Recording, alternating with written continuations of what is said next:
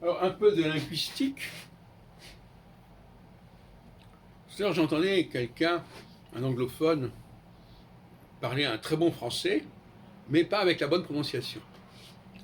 Ou plus exactement, pas la prononciation correcte, mais tout est question de savoir quelle est la prononciation correcte du français.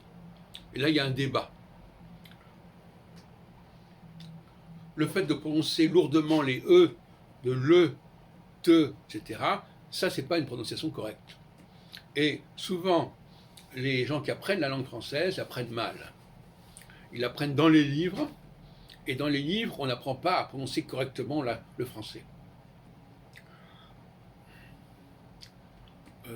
Et c'est un service à rendre aux anglophones et à d'autres pays d'éviter ce fameux E. D'ailleurs, en plus, le plus drôle, c'est que ce E, ils ne l'ont pas dans leur propre langue. Ni les Espagnols, ni les Italiens n'ont ce E dans leur langue. L'allemand l'a d'une certaine manière avec le O umlaut. Donc, il faut leur apprendre au contraire à sauter le E. En français, il y a très peu de E en fait qui se prononcent. On doit très peu entendre le son E, sauf dans des cas comme par exemple si nous sommes jeudi ou le feu, etc. Mais je veux dire, de manière générale, il faut que ce soit écrit à EU pour que ça soit prononcé E. Et quand c'est E tout court, généralement, il faut sauter, il faut faire la liaison.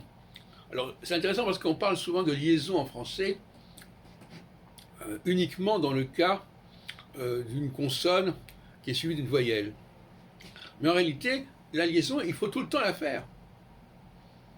Par exemple, si je te dis que tu dois faire ça, et ben voilà, je fais la liaison.